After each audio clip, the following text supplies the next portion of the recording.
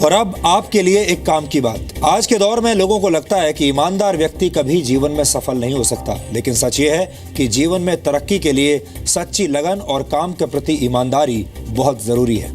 DSC show में इस बार doctor Subhash Chandra छात्रों को जीवन में ईमानदारी की अहमियत बताएंगे।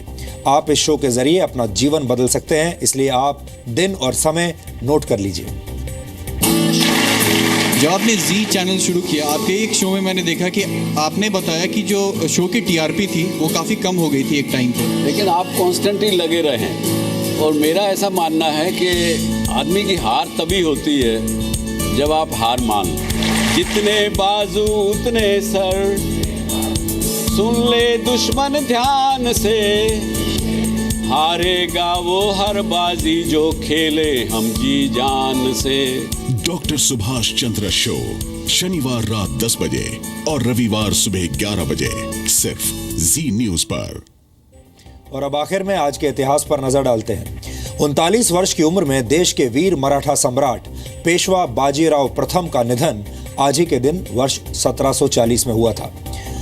अपने पिता पेशवा बालाजी विश्वनाथ राव के निधन के बाद बाजीराव ने मराठा साम्राज्य की गद्दी संभाली। पेशवा बाजीराव युद्ध में इतने कुशल थे कि 20 वर्षों के दौरान उन्होंने एक भी लड़ाई नहीं हारी। बाजीराव ने गुजरात, मध्य भारत और कई दूसरे राज्यों में मुगलों को हराकर मराठा साम्राज्य का विस्तार किया था। वर्ष 2001 में आज ही के दिन डेनिस टिटो अंतरिक्ष की सैर करने वाले पहले पर्यटक बने थे। डेनिस टिटो ने अंतरिक्ष यात्रा के लिए रशिया को $20 मिलियन यानी 128 करोड़ रुपए से ज्यादा का भुगतान किया था। अंतरिक्ष यात्रा के लिए डेनिस टिटो ने इंटरनेशनल स्पेस स्टेशन से सोयूज स्पेसक्राफ्ट के जरिए उड़ान भरी थी। वो करीब 9 दिनों तक अंतरिक्ष में रहे और 6 मई 2001 को वापस धरती पर लौटे। वर्ष 1932 में आज ही के दिन येलो फीवर यानी पीले बुखार का टीका पहली बार आम लोगों के लिए उपलब्ध हुआ था। मैक्स थाइलर को वर्ष 1951 में इस खोज के लिए नोबेल पुरस्कार दिया गया। हर वर्ष दुनिया भर में इस बुखार के 2 लाख से ज्यादा मामले सामने आते हैं और हर वर्ष इस बीमारी से 40,000 लोगों की मौत होती है।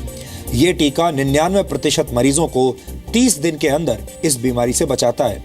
आपको बता दें कि ये रोग कुछ इलाकों में येलो फीवर वायरस फैलाने वाले मच्छर के काटने से फैलता है। इस बुखार में शरीर पीला पड़ने लगता है और इसीलिए इसे येलो फीवर कहा जाता है। देश को पहला ऑस्कर अवार्ड दिलाने वाली कॉस्ट्यूम डिजाइनर भानु अथैया का जन्म आज ही के दिन वर्ष 1929 में हुआ था। 1982 में आई फिल्म गांधी के लिए जॉन मॉलो के साथ उन्हें बेस्ट कॉस्ट्यूम डिजाइन का ऑस्कर अवार्ड मिला था।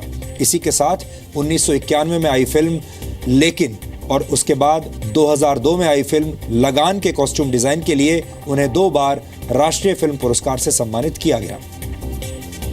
जर्मन इंडस्ट्रियलिस्ट, जासूस और नाजी पार्टी के सदस्य ऑस्कर शिंडलर का जन्म आज ही के दिन वर्ष 1908 में हुआ था। दूसरे वर्ल्ड वॉर के दौरान हुए नरसंहार में ऑस्कर शिंडलर ने करीब 1200 यहूदियों को हिटलर के कहर से बचाया था। शिंडलर की जिंदगी पर 1982 में एक उपन्यास लिखा गया था और उसी उपन्यास के आधार पर एक फिल्म भी बनाई गई थी जिसका नाम था शिंडलर्स लिस्ट।